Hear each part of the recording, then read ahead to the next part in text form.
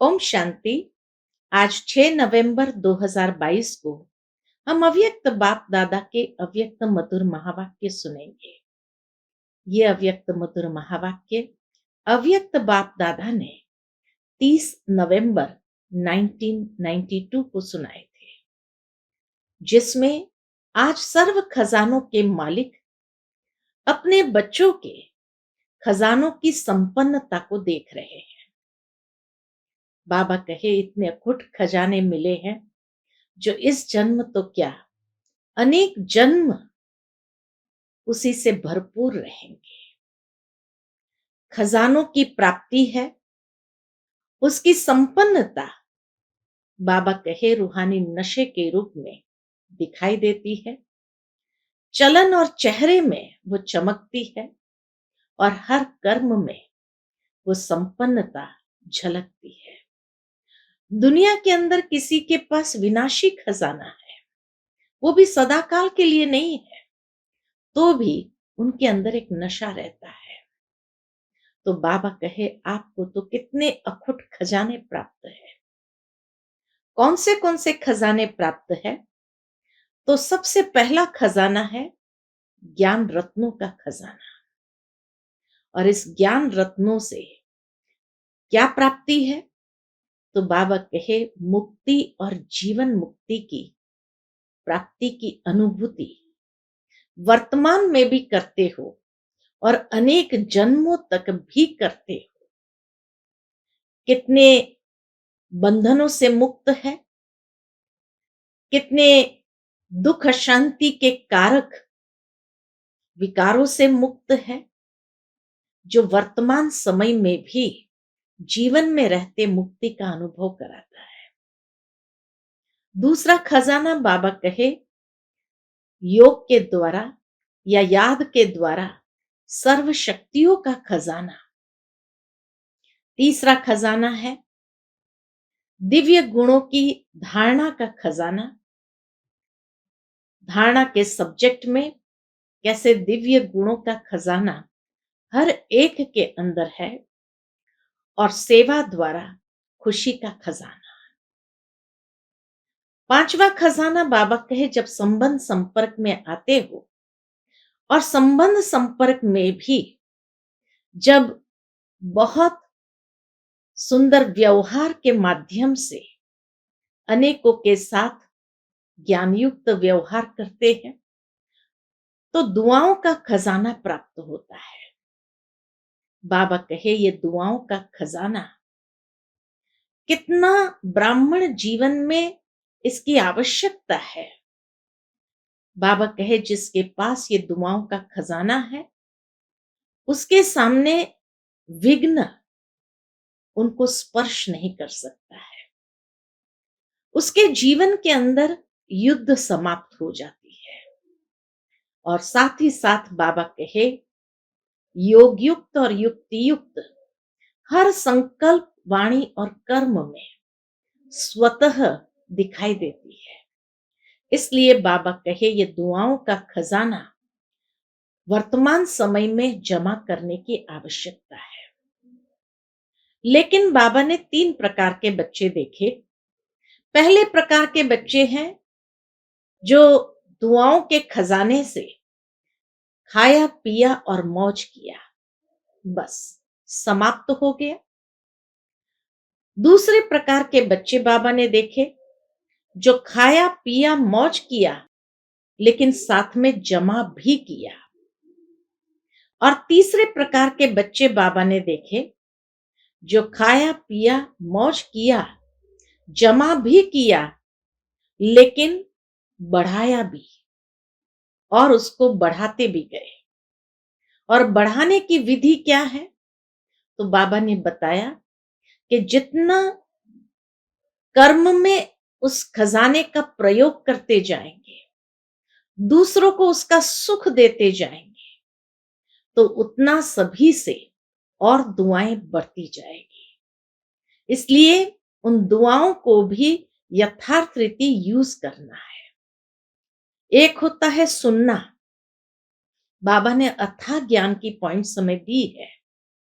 सुनते हैं, समझते हैं, और याद भी करते हैं समय आने पर, विघ्नों के समय याद भी आती है कि बाबा ने ये बात कही थी, ऐसे नहीं करना चाहिए, ये करना चाहिए।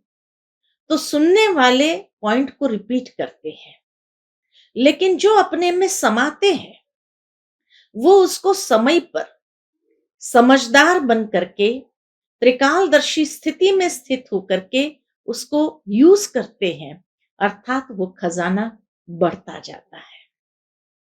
साथ ही साथ बाबा कहे, सभी के साथ संबंध में आते हुए इस खजाने को बढ़ाना ये अलग बात है, लेकिन जितना बाबा की श्रीमत पर चलते जाते हैं, तो हर श्रीमत पर चलने से भी बाप के द्वारा खजाना बढ़ता जाता है, अर्थात बाप की दुआओं को सहज जीवन के अंदर अनुभव कर सकते हैं। तो इसीलिए एक है सुनना, दूसरा है समाना और बढ़ाना। साथ ही साथ बाबा कहे, ये दुआएं बढ़ती जाए तो ब्राह्मण जीवन के अंदर सहजता से अनुभव कर सकते हैं, जैसे कि आगे बढ़ते जाते हैं।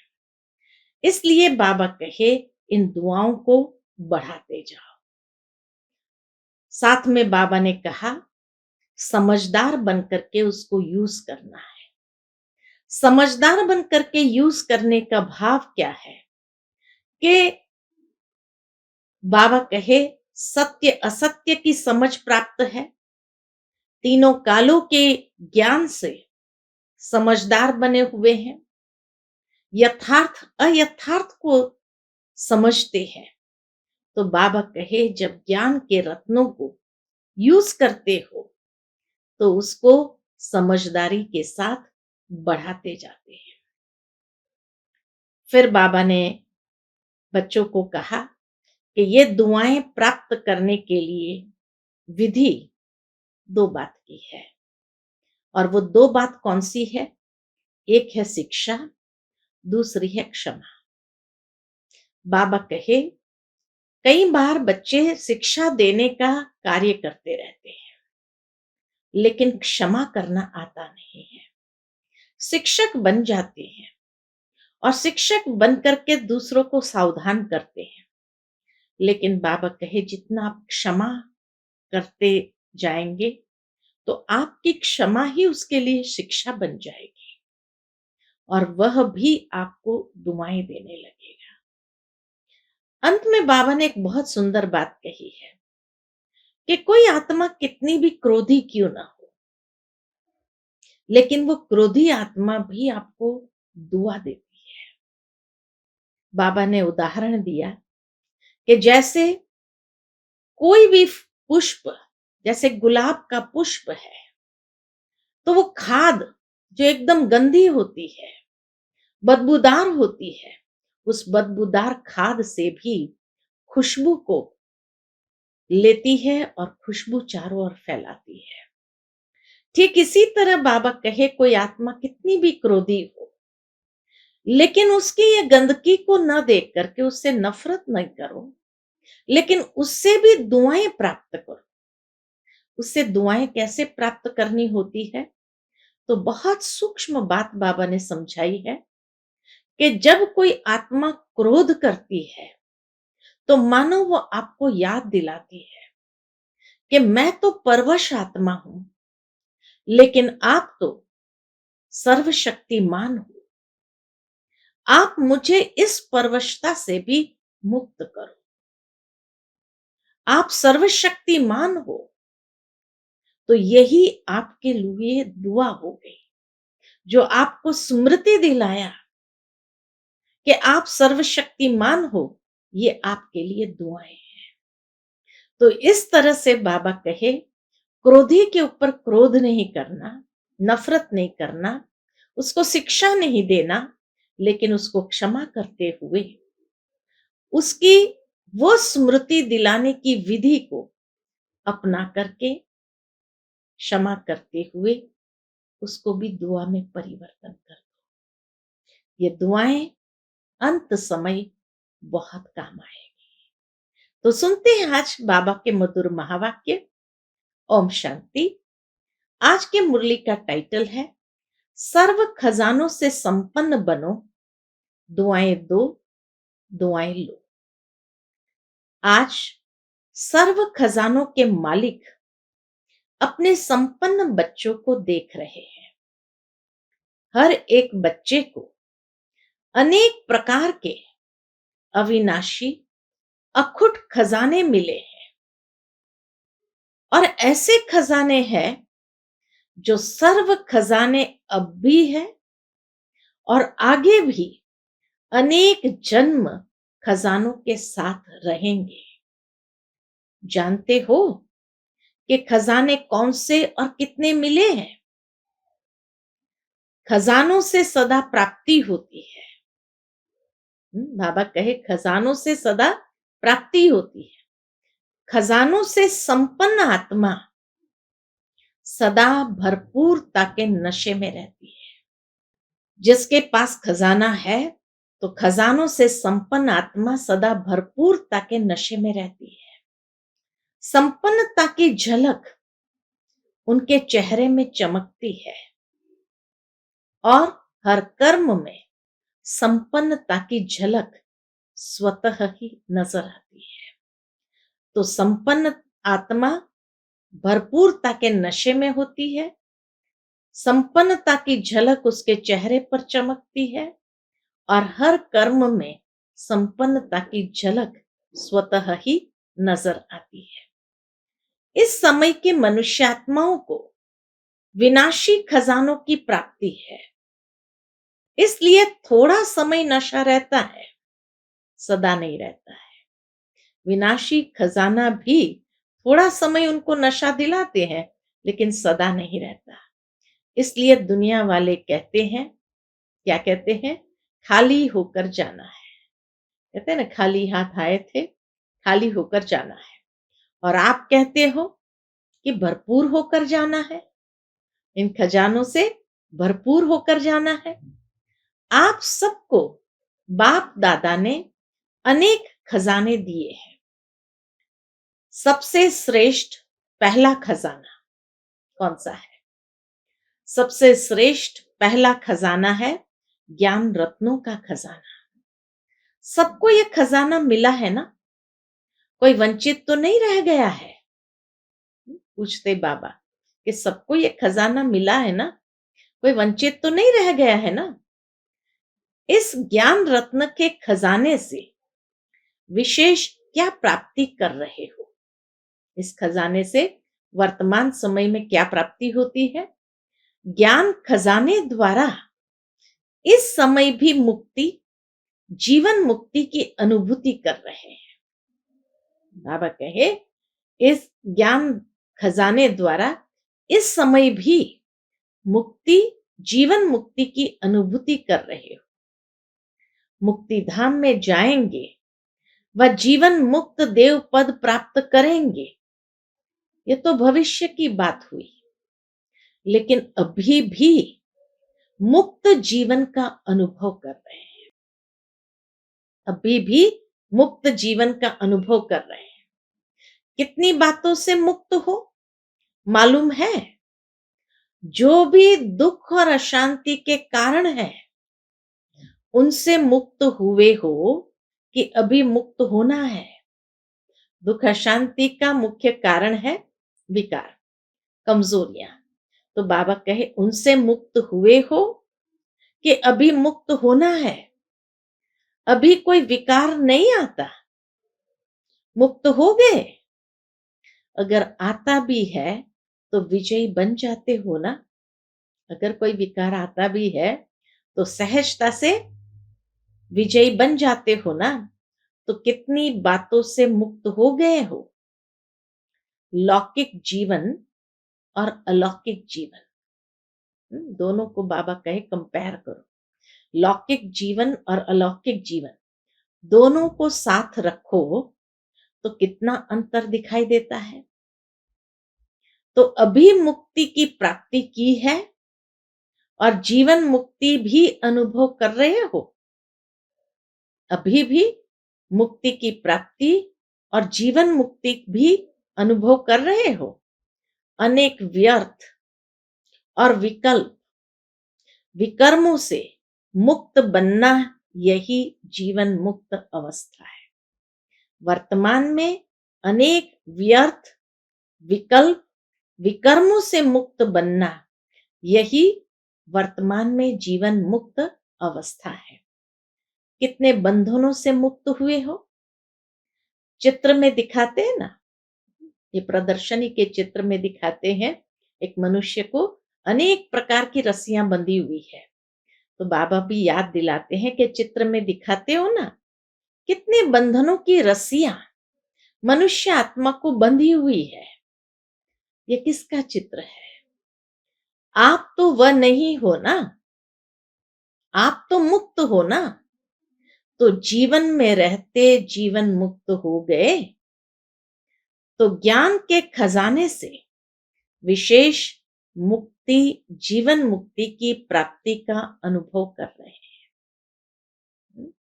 तो ज्ञान के खजाने से विशेष मुक्ति, जीवन मुक्ति की प्राप्ति का अनुभव कर रहे हो। दूसरा, पहला है ज्ञान रत्नों का खजाना, दूसरा याद अर्थात योग। योग द्वारा सर्व शक्तियों का खजाना अनुभव कर रहे हो। कितनी शक्तियां हैं? बहुत है ना। 8 शक्तियां तो एक सैंपल रूप में दिखाते हो। अष्ट शक्तियां बाबा कहे ये तो सैंपल रूप में है, लेकिन अष्ट शक्तियों से भी कितनी अधिक शक्तियां हमें प्राप्त है। लेकिन सर्व शक्तियों के खजानों के मालिक बन गए हो। तीसरा है धारणा की सब्जेक्ट द्वारा कौन सा खजाना मिला है? सर्व दिव्य गुणों का खजाना। धारणा की सब्जेक्ट द्वारा सर्व दिव्य गुणों का खजाना। गुण कितने हैं?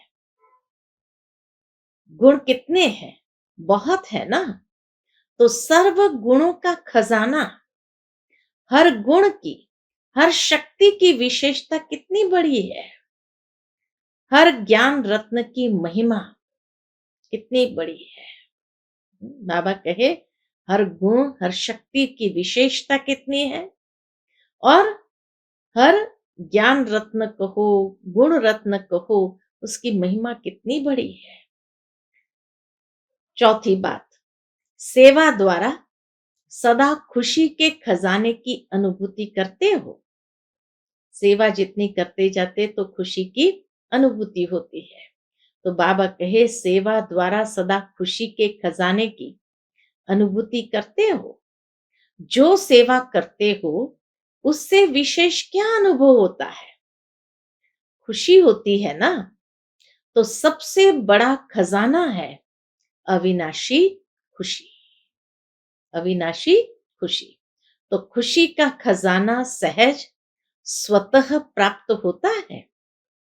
तो ज्ञान रत्नों का खजाना, सर्व शक्तियों का खजाना, सर्व गुणों का खजाना, और सेवा द्वारा खुशी का खजाना, अविनाशी खुशी का खजाना।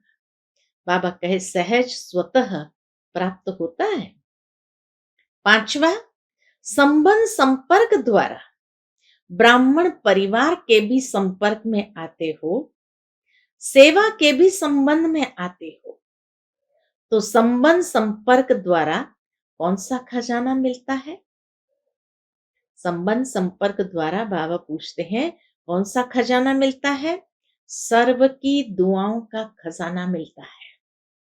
यह दुआओं का खजाना बहुत बड़ा खजाना है, जो सर्व की दुआओं के खजानों से भरपूर है, संपन्न है।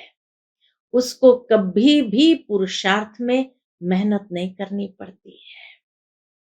जो सर्व की दुआओं के खजाने से भरपूर है, संपन्न है, उसको कभी भी पुरुषार्थ में मेहनत नहीं करनी पड़ती है। पहले हैं माता पिता की दुआएं। सबसे पहले हैं माता पिता की दुआएं, और साथ में सर्व के संबंध में आने से सर्व द्वारा दुआएं, सभी आत्माओं के द्वारा भी दुआएं। सबसे बड़े ते बड़ी तीव्र गति से आगे उड़ने का तेज यंत्र है दुआएं। ना दुआएं क्या करती है?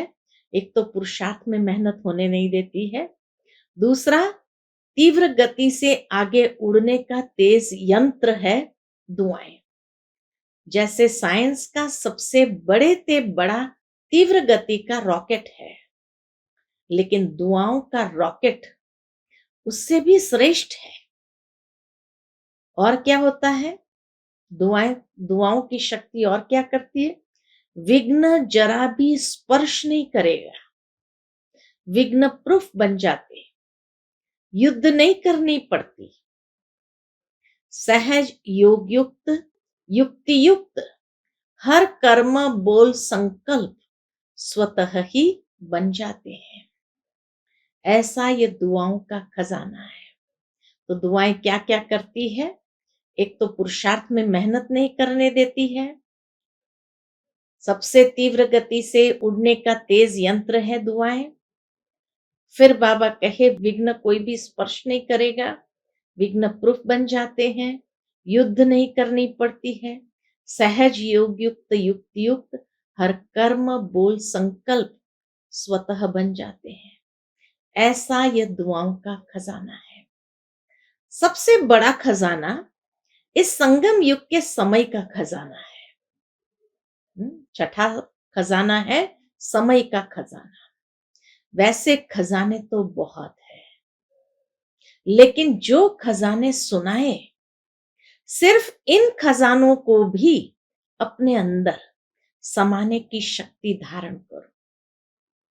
ये 6 खजाने भी अपने अंदर धारण करो, बाबा कहे समाते जाओ, तो सदा ही संपन्न होने कारण जरा भी हलचल नहीं होगी।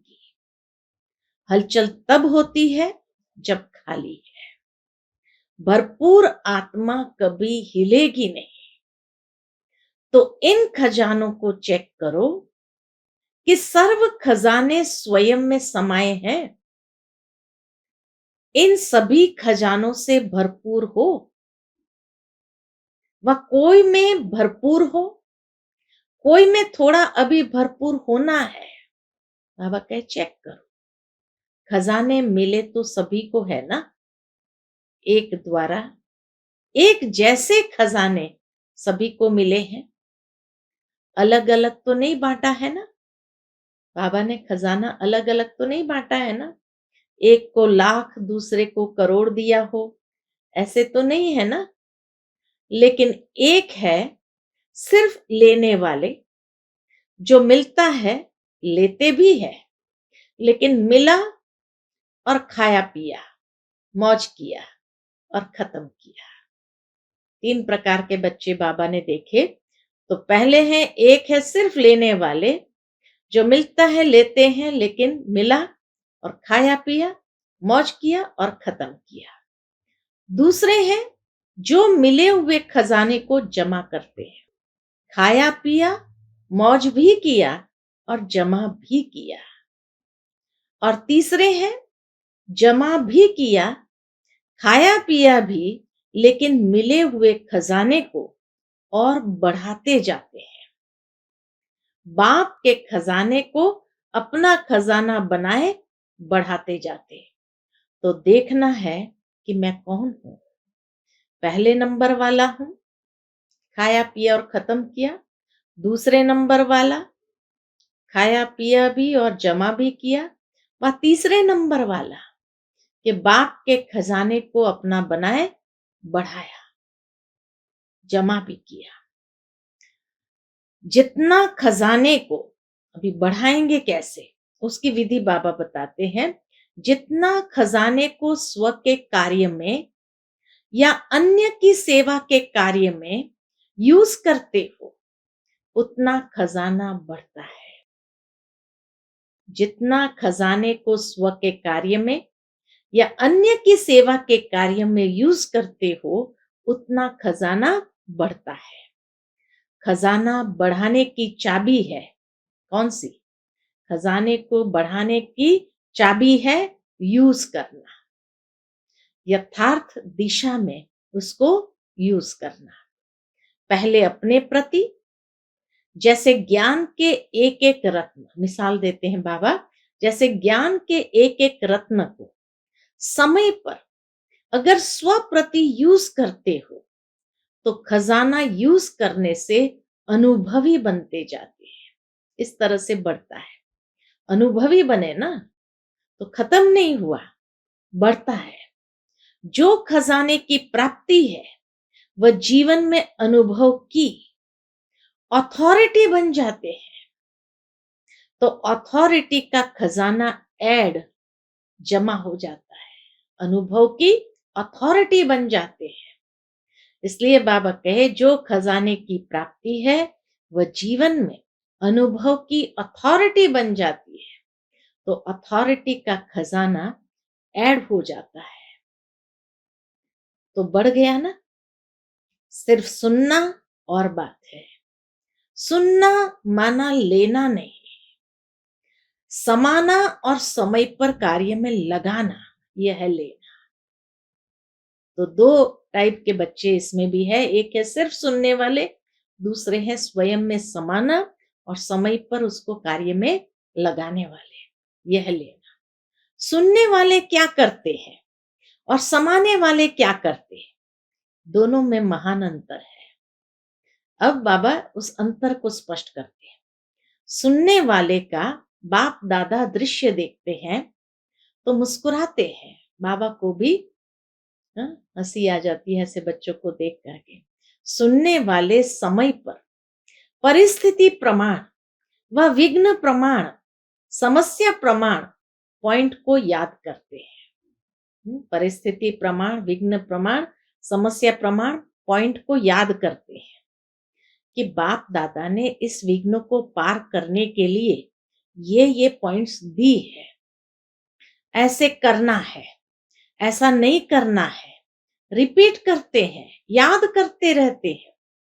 एक तरफ पॉइंट रिपीट करते रहते, दूसरी तरफ वशीभूत भी हो जाते हैं। उस समस्या के वशीभूत भी हो जाते, उस परिस्थिति के वशीभूत भी हो जाते हैं। बोलते हैं ऐसे नहीं करना है, ये ज्ञान नहीं है, ये दिव्य गुण नहीं है। समाने की शक्ति धारण करनी है, किसको दुख नहीं देना है। रिपीट भी करते रहते हैं लेकिन फेल भी होते रहते हैं। ये सिर्फ सुनने वाले। अगर उस समय भी उनसे पूछो कि ये राइट है तो जवाब देंगे राइट है नहीं, लेकिन हो जाता है। बोल भी रहे हैं, भूल भी रहे हैं, तो उनको क्या कहेंगे? सुनने वाले। सुनना बहुत अच्छा लगता है, पॉइंट बड़ी अच्छी शक्तिशाली है, लेकिन यूज करने के समय अगर शक्तिशाली पॉइंट ने विजयी नहीं बनाया, वह आधा विजयी बनाया, तो उसको क्या कहेंगे? सुनने वाले कहेंगे ना। और दूसरी ओर समाने वाले क्या करते हैं? समाने वाले जैसी कोई परिस्थिति या समस्या सामने आती है तो त्रिकालदर्शी स्थिति में स्थित हो परिस्थिति को ऐसे पार कर लेते जैसे कि कुछ था ही नहीं। इसको कहा जाता है समाना, अर्थात समय पर कार्य में लगाना। त्रिकालदर्शी स्थिति पर स्थित होकर के स्वस्थिति द्वारा परिस्थिति को ऐसे पार कर लेते जैसे कि कुछ था ही नहीं। समय प्रमाण हर शक्ति को, हर पॉइंट को, हर गुण को ऑर्डर से चलाना। जैसे कोई स्थूल खजाना है तो खजाने को स्वयं खजाना यूज नहीं करता है। खजाना को स्वयं खजाना यूज नहीं करता है, लेकिन खजाने को यूज करने वाली मनुष्य आत्माएं हैं। खजाना खजाना को यूज नहीं करता है। वो जब चाहे, जितना चाहे, जैसे चाहे वैसे यूज कर सकती है। ऐसे यह जो भी सर्व खजाने सुनाए उनके मालिक कौन? आप पूछते उनके मालिक कौन? आप हो व दूसरे हैं। मालिक है ना, खजाना उसको चलाए या वो खजाने को चलाए। तो ऐसे हर खजाने के मालिक बन समय पर ज्ञानी अर्थात समझदार, नॉलेजफुल, त्रिकालदर्शी होकर खजाने को कार्य में लगाओ।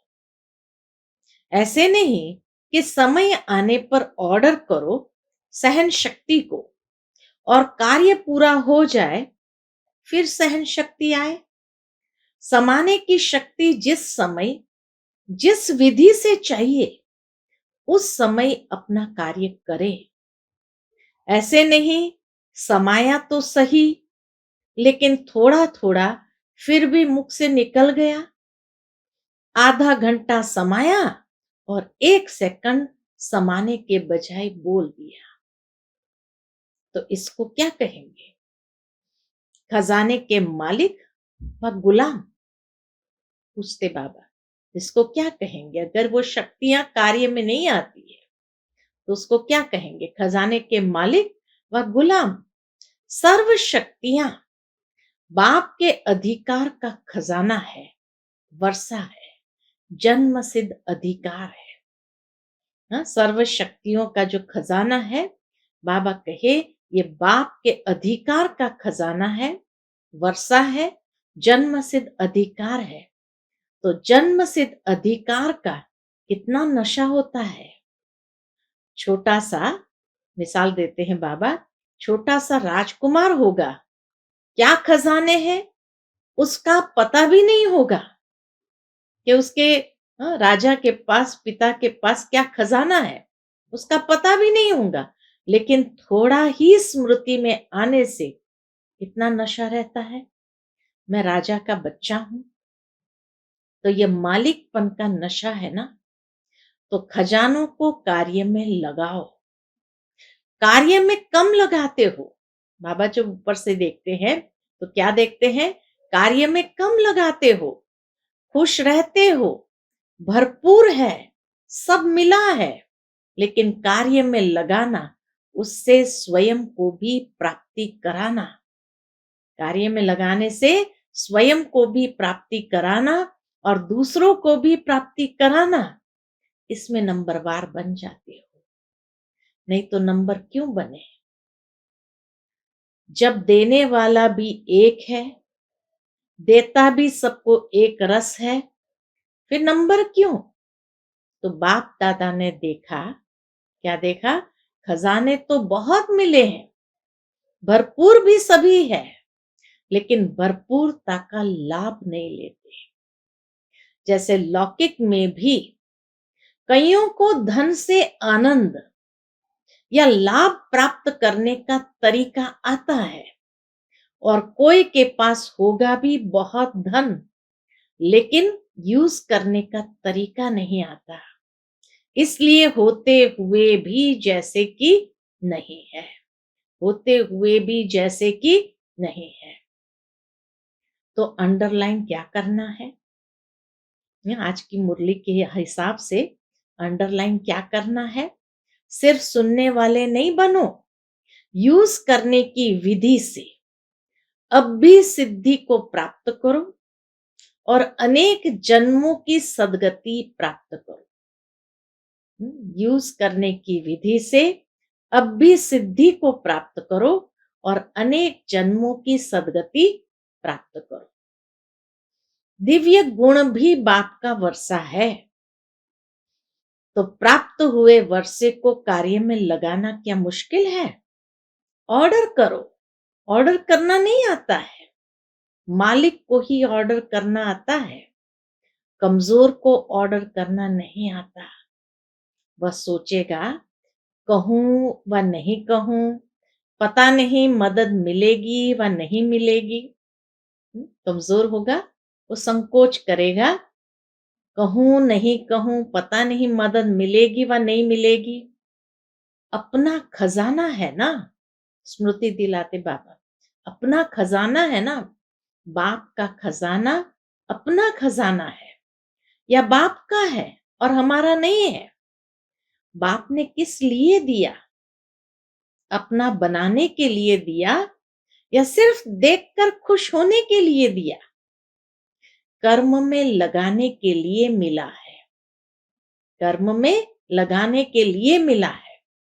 रिजल्ट में देखा जाता है कि सभी खजानों को जमा करने की विधि कम आती है। सभी खजानों को जमा करने की विधि कम आती है। ज्ञान का अर्थ भी यह नहीं कि पॉइंट को रिपीट करना या बुद्धि में रखना। ज्ञान का अर्थ क्या है? बाबा कहे ज्ञान का अर्थ भी यह नहीं कि पॉइंट रिपीट करना या बुद्धि में रखना। ज्ञान अर्थात समझ। किस किस बात की समझ? त्रिकालदर्शी बनने की समझ, सत्य असत्य की समझ, समय प्रमाण कर्म करने की समझ। इसको ज्ञान कहा जाता है। खाली पॉइंट को रिपीट करना इसको ज्ञान नहीं कहा जाता है। त्रिकालदर्शी बनने की समझ, सत्य असत्य की समझ, समय प्रमाण कर्म करने की समझ, इसको ज्ञान कहा जाता है। अगर कोई इतना समझदार भी हो और समय आने पर बेसमझी का कार्य करे तो उसको ज्ञानी कहेंगे? पूछते बाबा। समय आने पर बेसमझी का कार्य करे तो उसको ज्ञानी कहेंगे? और समझदार अगर बेसमझ बन जाए तो उसको क्या कहा जाएगा? बेसमझ को कुछ कहा नहीं जाता, लेकिन समझदार को सभी इशारा देंगे ये समझदारी है। तो ज्ञान का खजाना धारण करना, जमा करना अर्थात हर समय, हर कार्य, हर कर्म में समझ से चलना। समझा? ज्ञान का खजाना धारण करना, जमा करना अर्थात हर समय, हर कार्य, हर कर्म में समझ से चलना। समझा? तो आप महान समझदार हो ना? ज्ञानी तू आत्मा हो या ज्ञान सुनने वाली आत्मा हो? पूछते हैं बाबा। चेक करो कि ऐसे ज्ञानी तू आत्मा कहां तक बने हैं। प्रैक्टिकल कर्म में, बोलने में। ऐसे तो सबसे हाथ उठवाओ तो सब कहेंगे। बाबा कहे ऐसे तो सबसे हाथ उठवाओ तो सब कहेंगे हम लक्ष्मी नारायण बनेंगे। कोई भी नहीं कहेगा कि हम राम सीता बनेंगे, लेकिन कोई तो बनेगा ना। बाबा कहे कोई तो बनेंगे ना। सभी कहेंगे हम विश्व महाराजा बनेंगे। अच्छा है। बाबा कहे ये भी अच्छा है। लक्ष्य ऐसा ही ऊंचा रहना चाहिए, लेकिन सिर्फ लक्ष्य तक नहीं, लक्ष्य और लक्षण समान हो। लक्ष्य हो विश्व महाराजन और कर्म में एक गुण या एक शक्ति भी ऑर्डर नहीं माने तो वो विश्व का महाराजा कैसे बनेंगे? अपना ही खजाना अपने ही काम में नहीं आए तो विश्व का खजाना क्या संभालेंगे? इतनी सुंदर बात बाबा ने कही। अपना ही खजाना अपने ही काम में नहीं आए तो विश्व का खजाना क्या संभालेंगे? इसलिए सर्व खजानों से संपन्न बनो और विशेष वर्तमान समय यही सहज पुरुषार्थ करो।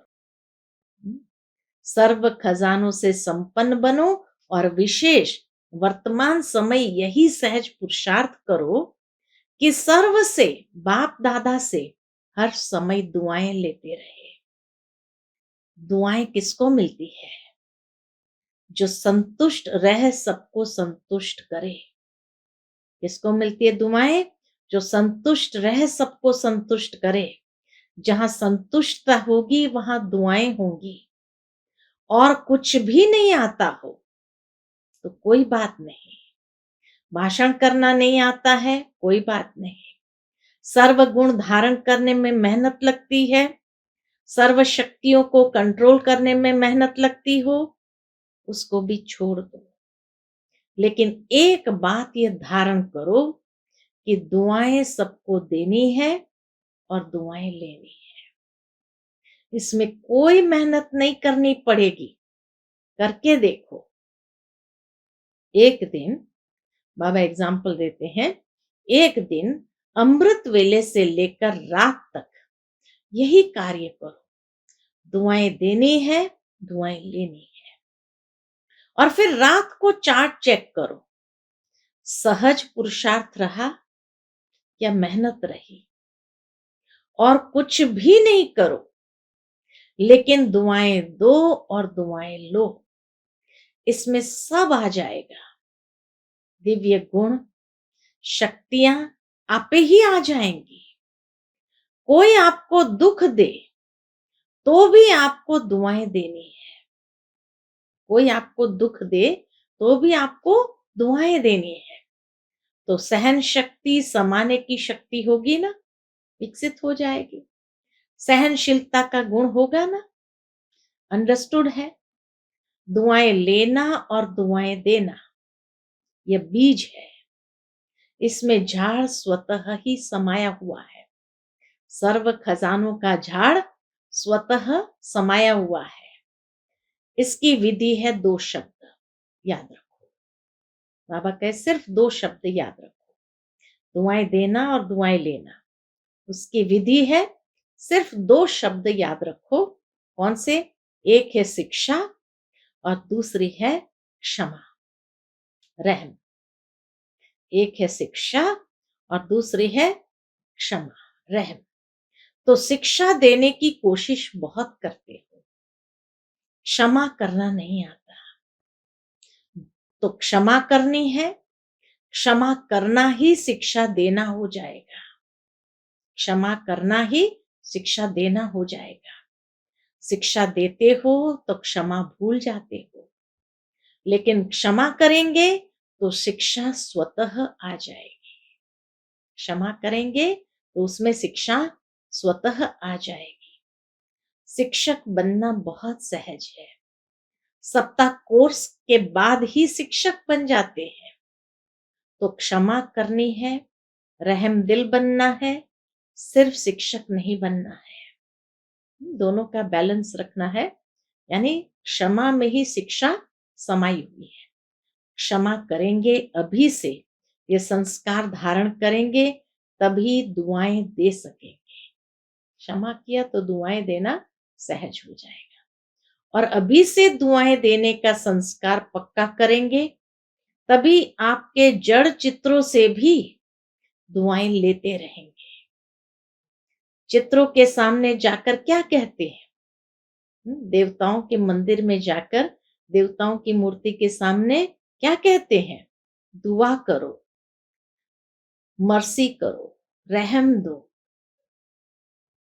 आपके जड़ चित्र से जब दुआएं मिलती है, बाबा कितनी सुंदर बात कहते हैं, आपके जड़ चित्रों से जब दुआएं मिलती है तो चैतन्य में आत्माओं से कितनी दुआएं मिलेगी। दुआओं का अखुट खजाना बाप दादा से हर कदम में मिल रहा है। लेने वाले लेवे। आप देखो, अगर श्रीमत प्रमाण कोई भी कदम उठाते हो तो क्या अनुभव होता है? बाप की दुआएं मिलती है। परमात्मा से दुआओं को लेने का सहज साधन कहो, सहज विधि है। बाप दादा से हर कदम में दुआएं मिल रही है। लेने वाले लेवे। कैसे लेना है? आप देखो, अगर श्रीमत प्रमाण कोई भी कदम उठाते हो तो क्या अनुभव होता है? बाप की दुआएं मिलती है ना। और अगर हर कदम श्रीमत पर चलो तो हर कदम में कितनी दुआएं मिलेंगी। दुआओं का खजाना कितना भरपूर हो जाएगा। कोई भल क्या भी देवे, लेकिन आप उसको दुआएं दो। चाहे कोई क्रोध भी करता है, अब यहाँ बहुत सुंदर बात बाबा ने कही है, चाहे कोई क्रोध भी करता है, उसमें भी दुआएं हैं। क्रोध में दुआएं हैं कि लड़ाई है? अब बाबा समझाते, चाहे कोई कितना भी क्रोध करता है, लेकिन आपको याद दिलाता है क्या? कि मैं तो परवश हूं, लेकिन आप मास्टर सर्वशक्तिमान हो। तो दुआएं मिली ना, मास्टर सर्वशक्तिमान हो, ये दुआएं मिली ना। याद दिलाया कि आप मास्टर सर्वशक्तिमान हो, आप शीतल जल डालने वाले हो। तो क्रोधी ने दुआएं दी ना, वह क्या भी करे लेकिन आप उससे दुआएं लो। इसलिए कहा दुआएं दो और दुआएं लो, वो क्या भी करें आप उसमें से दुआएं ले लो। सुना है ना, गुलाब के पुष्प में भी देखो कितनी विशेषता है। कितनी गंदी खाद से, बदबू से खुद क्या लेता है, खुशबू लेता है ना। गुलाब का पुष्प बदबू से खुशबू ले सकता है और आप क्रोधी से दुआ नहीं ले सकते हो। विश्व महाराजन गुलाब का पुष्प बनना चाहिए या आपको बनना चाहिए? विश्व महाराजन गुलाब का पुष्प बनेगा या हमको बनना है? इसलिए बाबा पूछते हैं, विश्व महाराजन गुलाब का पुष्प बनना चाहिए या आपको बनना चाहिए? ये कभी नहीं सोचो कि यह ठीक हो तो मैं ठीक हूं। ये कभी नहीं सोचो कि ये ठीक हो तो मैं ठीक हूं, ये सिस्टम ठीक हो तो मैं ठीक हूं। कभी सागर के आगे जाकर कहेंगे, हे लहर, आप बड़ी नहीं छोटी आओ, टेढ़ी नहीं आओ सीधी आओ। ये संसार भी सागर है। सभी लहर न छोटी होंगी, न टेढ़ी होंगी, न सीधी होंगी, न बड़ी होंगी, न छोटी होंगी, वैरायटी होगी। तो यह आधार नहीं रखो, यह ठीक हो जाए तो मैं हो जाऊं, तो परिस्थिति बड़ी या आप बड़े। बाप दादा के पास तो सब बातें पहुंचती है ना। यह ठीक कर दो तो मैं भी ठीक हो जाऊं, इस क्रोध करने वाले को शीतल कर दो तो मैं शीतल हो जाऊं, इस खिटखिट करने वाले को किनारे कर दो तो सेंटर ठीक हो जाएगा। ऐसे रूरिहान नहीं करना। आपका स्लोगन ही है, बदला न लो बदल कर दिखाओ। यह ऐसा क्यों करता है, ऐसा नहीं करना चाहिए, इसको तो बदलना ही पड़ेगा। परंतु पहले स्व को बदलो।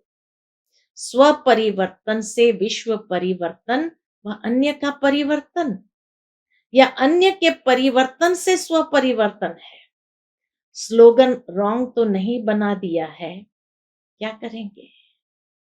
स्व को बदलेंगे या दूसरे को बदलने में समय गंवाएंगे? चाहे 1 वर्ष भी लगाकर देखो, स्व को नहीं बदलो और दूसरों को बदलने की कोशिश करो। समय बदल जाएगा लेकिन न आप बदलेंगे न वो बदलेगा। समझा? सर्व खजानों के मालिक बनना अर्थात समय पर खजानों को कार्य में लगाना। अच्छा, सर्व खजानों से संपन्न आत्माओं को, सर्व खजानों को कार्य में लगाने वाले, बढ़ाने वाले ज्ञानित्व आत्माएं बच्चों को सर्व खजानों के मालिक बन समय पर विधि पूर्वक कार्य में लगाने वाली श्रेष्ठ आत्माओं को हर शक्ति हर गुण की अथॉरिटी बन स्वयं में और सर्व में भरने वाली विशेष आत्माओं को सदा दुआओं के खजाने से सहज पुरुषार्थ का अनुभव करने वाली सहज योगी आत्माओं को बाप दादा का याद प्यार और नमस्ते। हम सब रूहानी बच्चों की रूहानी माता पिता बाप दादा को याद प्यार गुड मॉर्निंग और नमस्ते।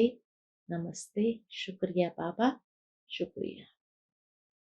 आज का बाप दादा का मधुर वरदान हम बच्चों के प्रति है, साधनों के वशीभूत होने के बजाय उन्हें यूज करने वाले मास्टर क्रिएटर भव। साधनों के वशीभूत होने के बजाय उन्हें यूज करने वाले मास्टर क्रिएटर भव। साइंस के साधन जो आप लोगों के काम आ रहे हैं, ड्रामा अनुसार उन्हें भी टच तभी हुआ है जब बाप को आवश्यकता है, लेकिन ये साधन यूज करते हुए उनके वश नहीं हो जाओ। कभी कोई साधन अपनी ओर खींच न ले, मास्टर क्रिएटर बनकर क्रिएशन से लाभ उठाओ। अगर उनके वशीभूत हो गए तो वो दुख देंगे। इसीलिए साधन यूज करते भी साधना निरंतर चलती रहे। आज का स्लोगन है, निरंतर योगी बनना है तो हद के मैं और मेरेपन को बेहद में परिवर्तन कर। निरंतर योगी बनना है तो हद के मैं और मेरेपन को बेहद में परिवर्तन कर दो। अच्छा, ओम शांति।